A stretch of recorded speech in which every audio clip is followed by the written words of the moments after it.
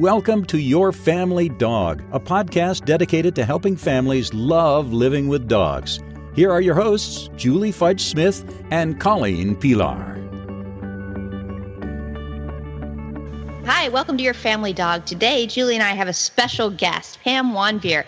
And I met Pam a million trillion years ago when we were working at All About Dogs, and she came to do some body work with dogs. And the word I used at the time to describe it was massage. And Pam clarified for me that Tellington Touch, the form of body work she does, is not exactly massage. So Pam, can we start there?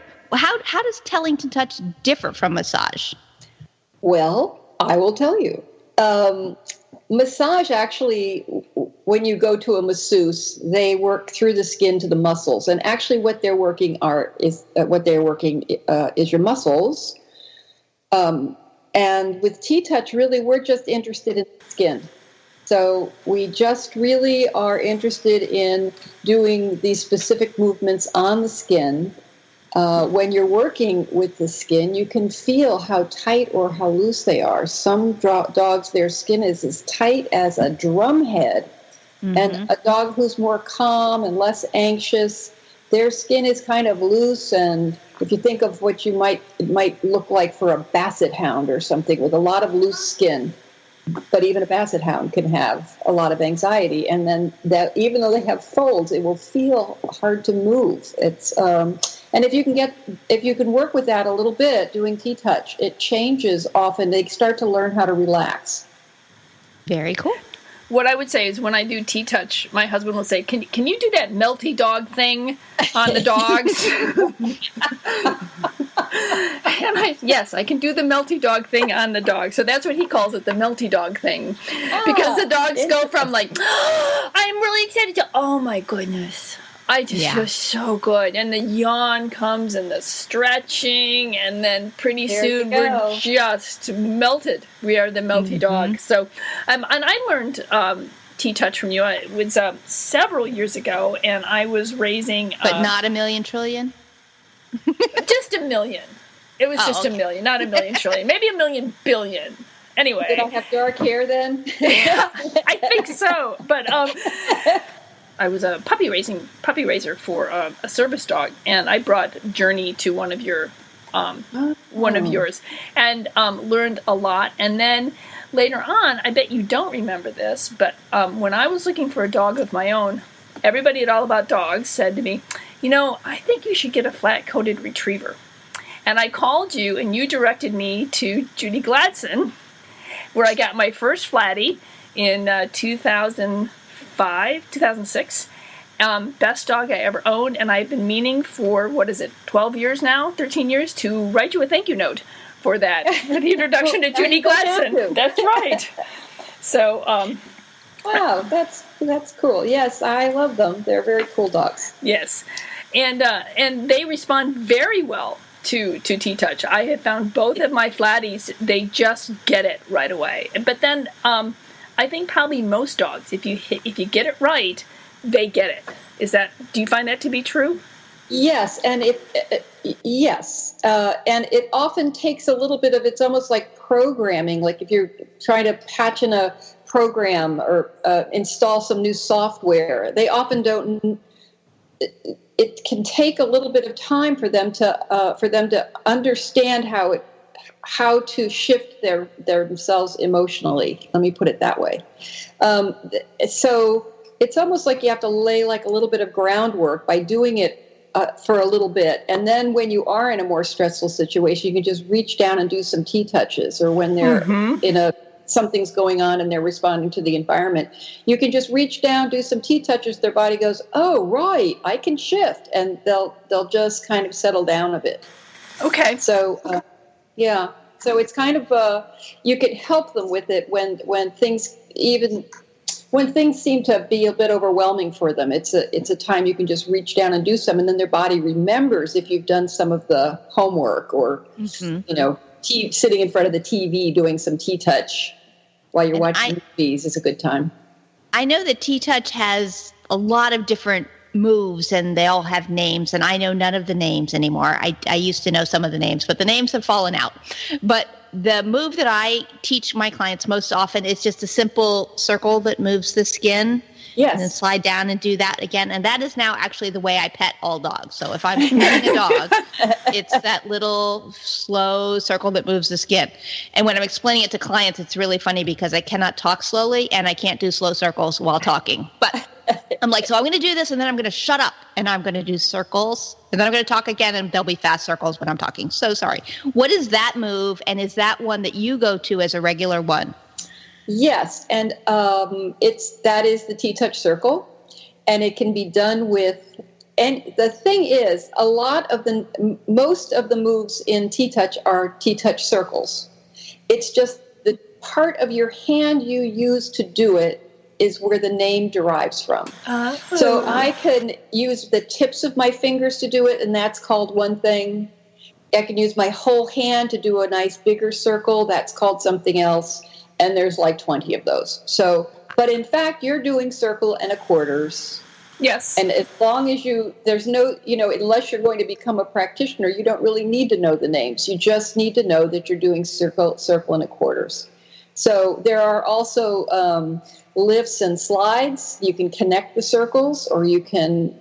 So there's, a few other moves, but mostly it's all just the circles, really. So. Okay, so if you met a dog who was just sort of, bouncing out of his skin, just so excited about everything, and you wanted to achieve Melty dog, what would you do? Well, as the usual answer for almost anything is, it depends on the dog, right? Gee, Colleen and I have never said that on this show. Never. I bet. So is it a dog who likes to be touched or who really doesn't like to be touched? Or because the approach is completely more complicated if the dog is not really that into being cuddled or petted. On the other hand, one of the comments that I get back very regularly is that the dog becomes more affectionate after you've done some TTouch. And I think because they hold so much tension in their body, it doesn't really feel good to be touched. Right. But they know that it could feel good.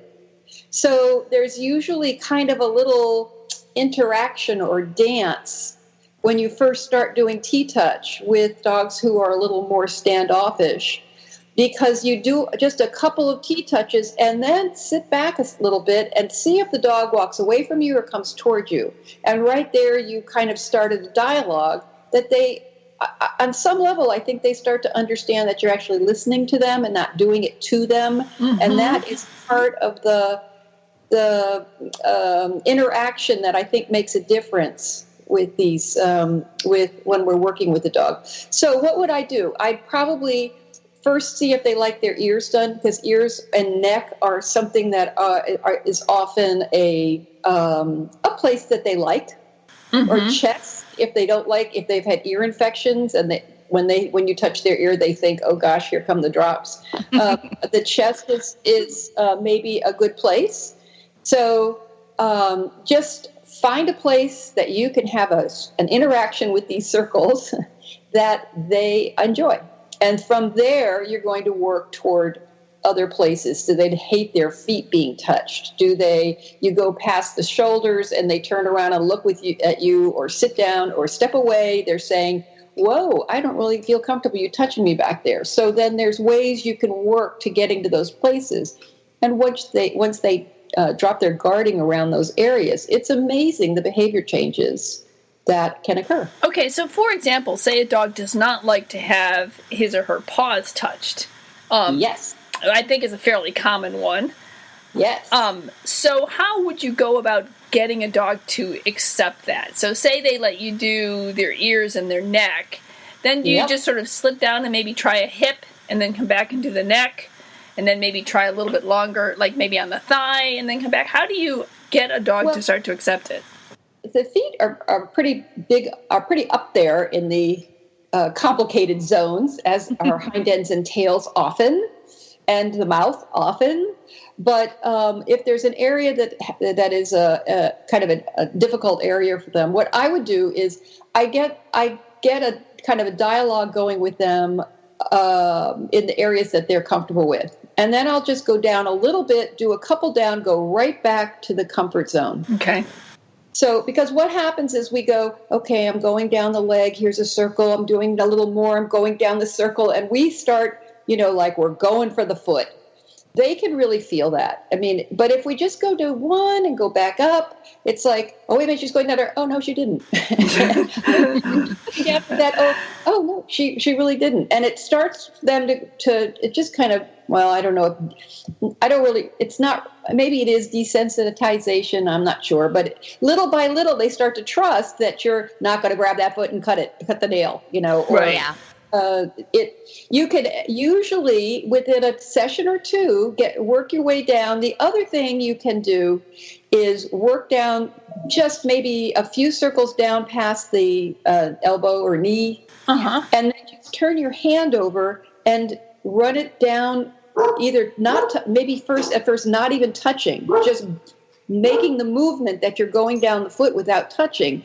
And that often can be a real good buffer so that they kind of go, oh, wow, she made the movement, but she didn't touch me. Then the next time you do it again, maybe the next 2 or 3 times you go down, when you do it, you can touch them part way down. You don't always just go all the way down to the foot, depending on how bad. Sometimes it only takes, 3 or 4 or 5 tries, and they go like, oh, okay, well, this is different. This isn't grabbing my foot and doing my nails. This is something else. Okay. Sometimes it takes longer. So when you're doing the foot, do you actually do circles like on the pads or in between the toes? You do circles everywhere. Everywhere. So, okay. Yeah. So you can do it between the toes, under the pads, in the pads. You can even circle the little toenails. Oh, okay. And some dogs will actually start to really love it, actually. And cats, too, for that matter. The only description we've had of circles so far is my rather inept one in the beginning. So let's have Pam give a good description for our listeners of how to properly do a circle. What should they be doing to do a good circle?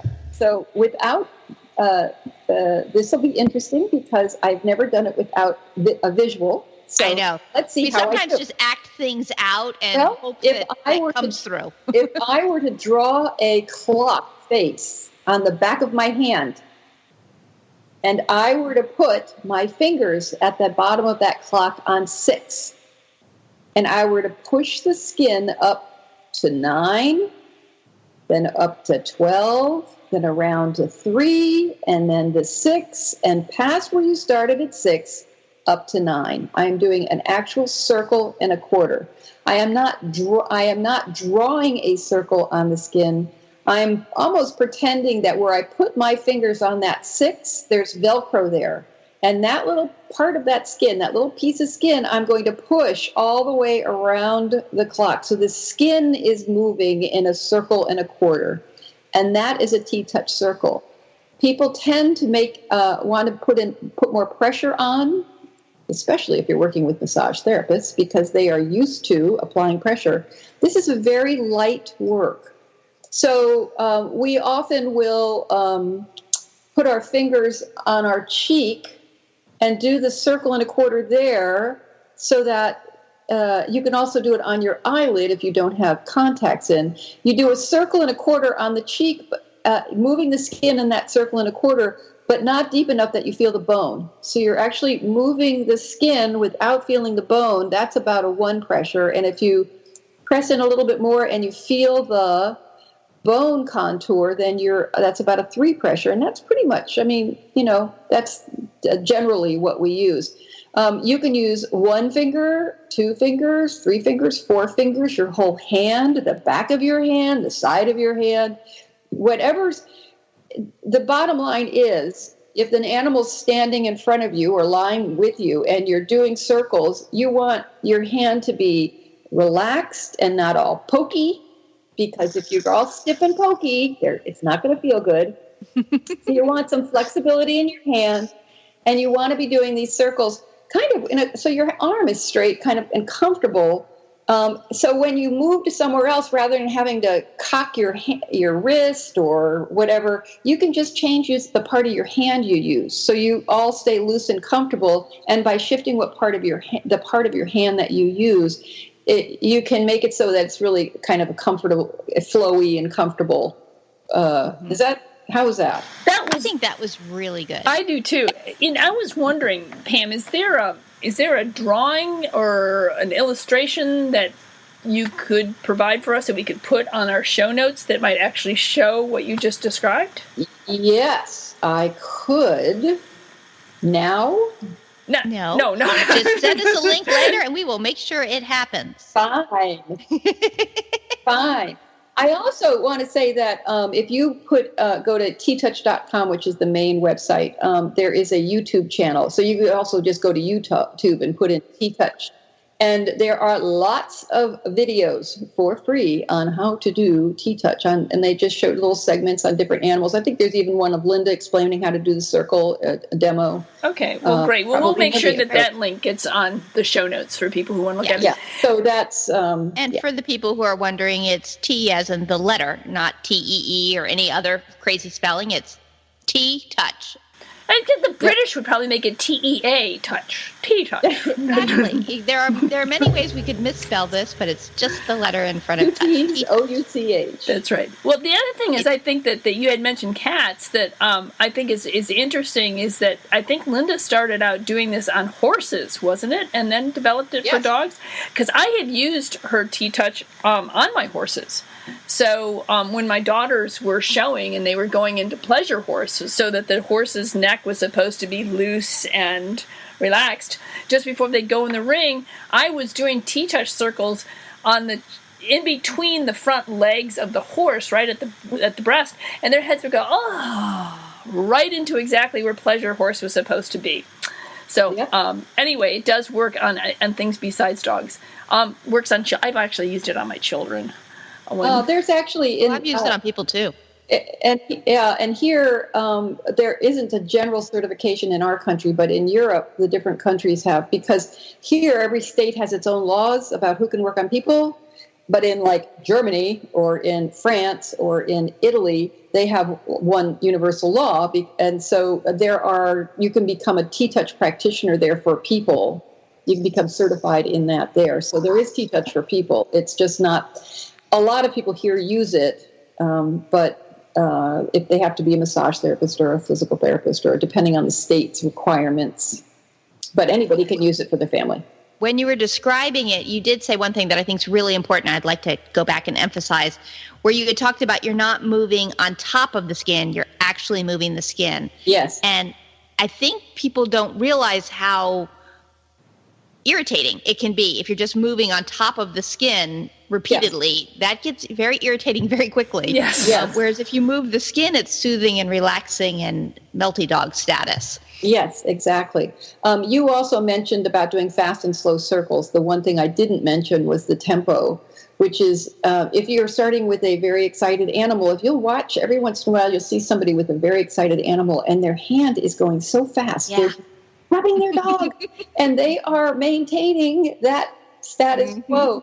If you start to slow down your movements, and with TTouch we do 1, 2, and 3 second circles, you're actually helping to influence the animal to slow down instead of maintaining their anxious state. So speed has something to do with it.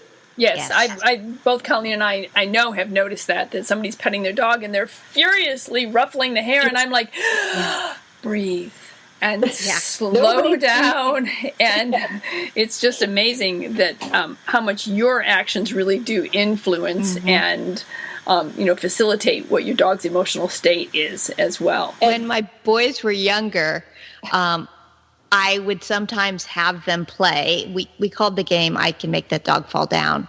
And we would pick a time. I can make that dog fall down in 60 seconds. And the basic goal was sit very quietly next to our Labrador and do TTouch circles until Gordo would lay down. But the real idea was, look, 3 boys, not running around, not screaming, not doing anything. That's exactly right. Everybody chill out.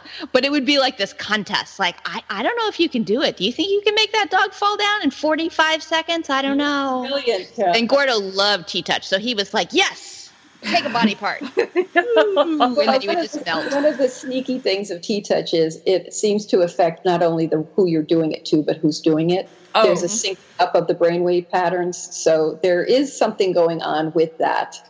So, I guess I didn't mean, you mentioned breath, but I didn't mention breath.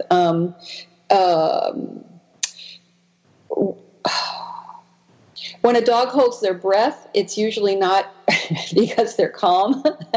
And for us, when we are holding our breath, or in a situation when we go, or just holding our breath, is a signal to them to be stressed out. So one of the things we're doing when we're doing TTouch is to try to consciously breathe while you're doing them. Mm-hmm. It makes a big difference and changes. I often sigh. I will go,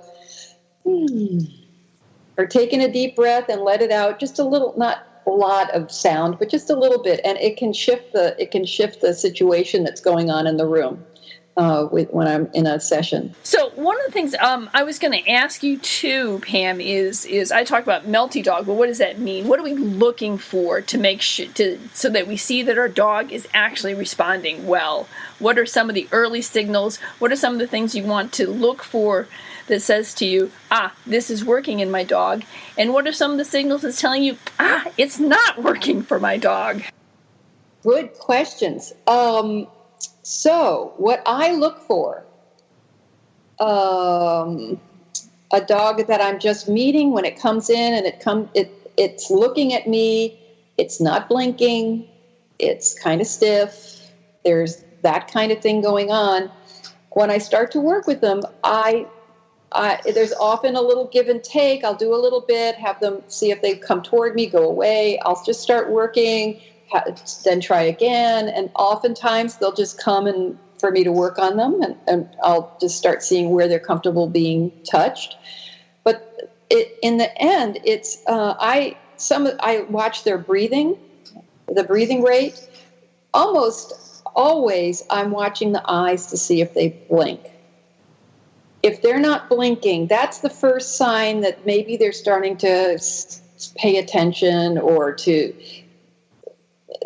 track what I'm doing, rather than being like, oh, what's over here, or what's over there, or this, all this stuff going on around them.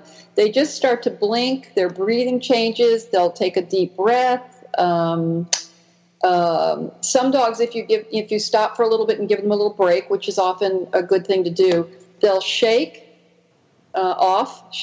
That's a way that they can, and I praise for that, because it's a way that they can help themselves emotionally shift in more complicated situations. If they yawn, I praise for yawns, because that's another way they can shift between emotional states, that's what for now, I've been doing this for 25 years, and I've decided that what we're doing is helping dogs learn emotional flexibility. That's kind of what that's what I do. They don't know how to shift emotionally. So the dogs who have trouble in environments are oversensitive to what's going on around them, they're kind of stuck in an emotional state. And they basically, and we do the same thing. If we have too much on our plate and we're just overwhelmed and we're not sleeping well and we've got to get all this stuff done, and then someone will walk up to you and put their hands on your shoulders, and your shoulders will drop 2 or 3 inches, and you go, oh, whoa, check it out. I am really tight. It's really like, it's affecting me. I'm really gotten all wound up. And then we can take a hot shower or a bath or have some tea or something, realize that we're not handling our stress very well. But a lot of these dogs, and some dogs are able to shift out of, when something happens, they can shift to go back to being cool, calm, and collected. But there's a lot of dogs who can't do that. And they don't know how to, basically we're showing them and helping them learn what it feels like not to be that way. So, what else did you ask? I think that's great. So yes. I do have one question on that. Some of the signals you're saying to show that it's starting to work are the signs of emotional release, are also some of the signs that we tell people to watch for as sort of intermediate stress signals. And I know that's totally true, but to explain to people why, in this case, these signals can be a good sign, and in other cases, we might be wanting to change a situation. Okay. The eyes, for one thing, I watch for it not to go to staring, because there might be something going on there that I better be paying attention to because they're not comfortable with where I am on their body or what I'm doing. But for yawning, I know yawning is considered a stress signal. But in fact, it does show that the dog is stressed. But the fact that they're moving their mouth, which is one of the closest links to the limbic system or the emotions, the parasympathetic and the sympathetic, the calm and the fight-flight, that dichotomy, it means that they're actually moving their mouth, and giving treats also does that. But in fact, it helps them shift emotionally. So yes, they were stressed, but in fact, if they learn to yawn, they're helping themselves to shift out of that emotional place. Well, because one of the things I was going to say that we tell people is one of the stress signals to look for in your dog is a closed mouth. That dogs who have a closed, tight mouth are kind of stressed, just like people who clench their jaws. So if your dog is yawning, what we're seeing is, yes, it's a stress signal, but it's a lot less stress than if he's clenching his jaw. Right. So it's a release. So I think that what you're looking for is a tense mouth that's going towards yawning. And it can also be like, oh, wow. Think about how many times you yawn when you're just like, oh, I got rid of that ache or that pain. And now sometimes it's just to increase oxygen as well. Yeah, it is. And when you're getting ready for bed, oftentimes you yawn. You're going from one state to another. You're working toward. Mm-hmm. Right. It's sort of a come down. I was going to ask you if you have found that TTouch is helpful with like tactilely sensitive dogs who are really, there are some dogs you touch them and they're just like springy, any kind of, they're really hypersensitive to various surfaces that they walk on, or they're very sensitive to any kind of touch or bedding, or, they just are extraordinarily tactily sensitive. Does TTouch help to reduce that tactile sensitivity? Yeah, and I'm not sure that it's not that they're, their skin is really tight and they're overly anxious, and it's showing up physically for them that everything is overwhelming for them. So TTouch really, by starting where they feel comfortable and working for those places that are less comfortable in a way that you're working with them on it. You can also, I always talk to them. I always say, I'll touch them somewhere and you see them maybe look at you like, hey, I'm not sure about that. And I'll say, oh, I see that was hard for you. I mean, I say that to them, and I'll stop and I'll say, let me try over here. Let me try that again. And then I'll go back, because if they know that you're like listening to them, then you're starting a dialogue and you're starting a communication, opening some communication with them. And I think I can get a lot further along with that when they think that I'm actually listening to them and respecting them. It doesn't mean I'm never going to touch that place again, but I'm going to, kind of have like this dialogue about, okay, let's try that again. How's that feel? Okay. And then I'll go back to the place that they love again. And I'll do that a few times, and pretty soon they're like, well, yeah, maybe you can touch me there. That's probably okay.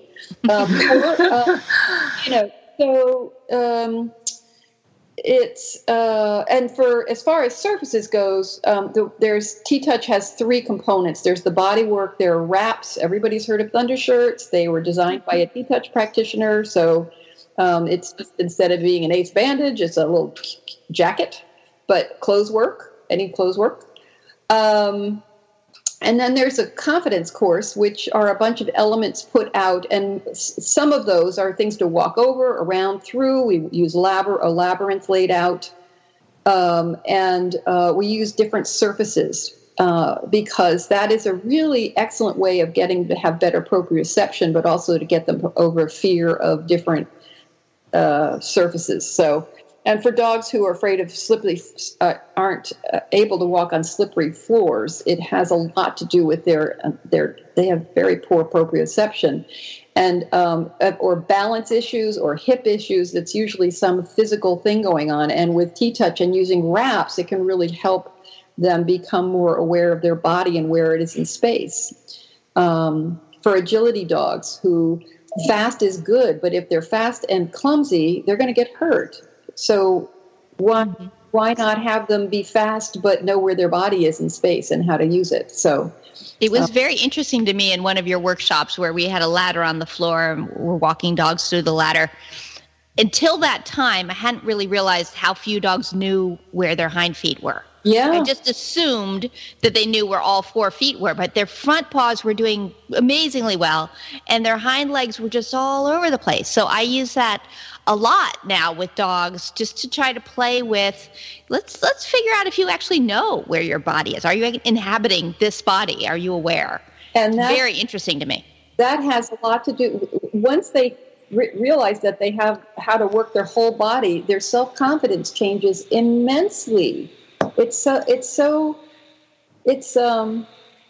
very, I don't know, I find it fascinating myself. My background's in special ed, and it's all the same.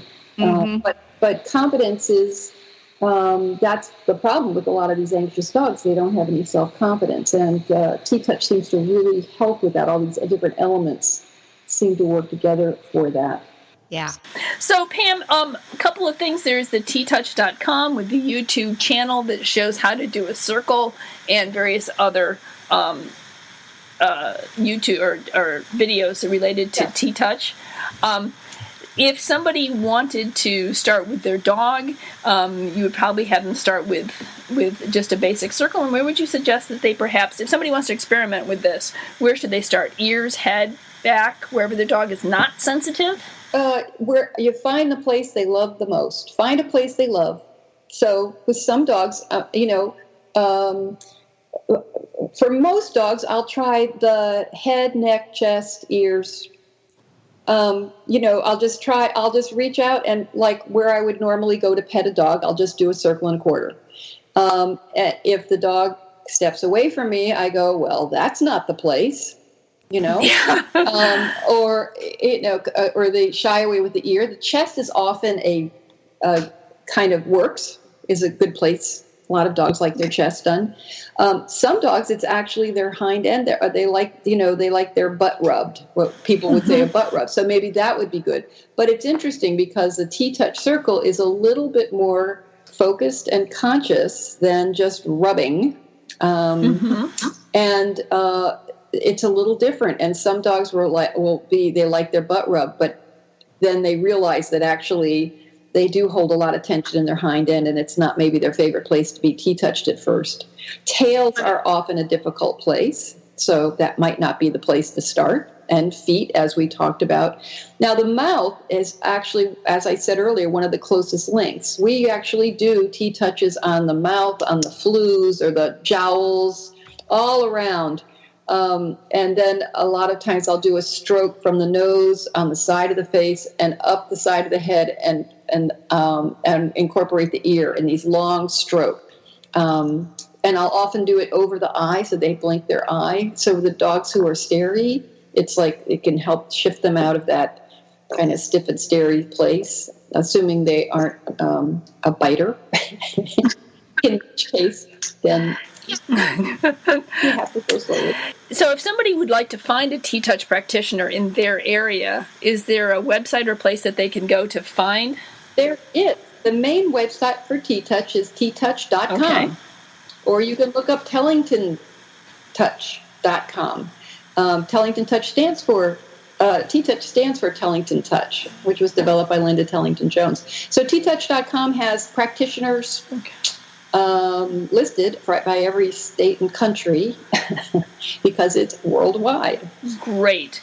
And if somebody would like to contact you directly, how would they do that, Pam? I am woodsidetouch.com. Woodsidetouch.com. Okay, great. We'll make sure there's a link on the website or on our show notes for you. Is there anything else you'd like to say to our family dog owners about TTouch that might be something that would get them motivated to get started? Well, let's see. It's a great thing to do in front of the television. It is. When you're watching your favorite series or binging on something. But it's if they have a dog who's having trouble in the environment or who is anxious or who has, if they have, for older dogs who have they started to get a little creaky or they're having some kind of physical problems.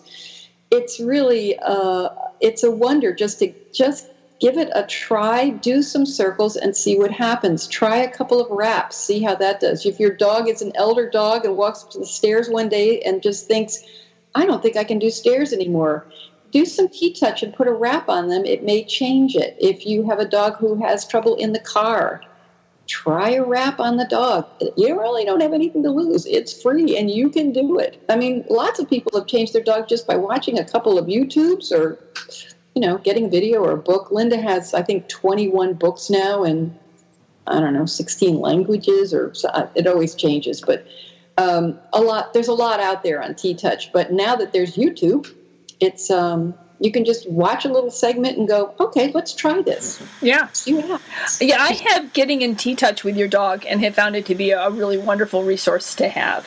Yeah, it's a good book. Well, Pam, thank you very much for spending this time with us. We've really enjoyed having you on board and certainly giving us a lot of food for thought. When you mention wraps, I just want to reiterate that a simple, easy one would probably just be the Thunder shirt, so they didn't have to take ace bandages and try and wrap their dog up. Would a Thunder shirt be a good place to start?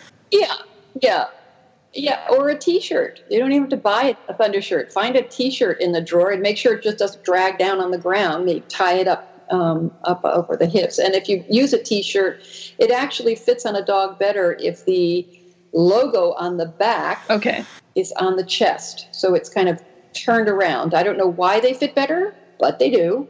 And most people have a T-shirt that they could sacrifice to calming a dog. So one of the things I have used is I tell people to go out and get a women's extra, extra small spandex T-shirt.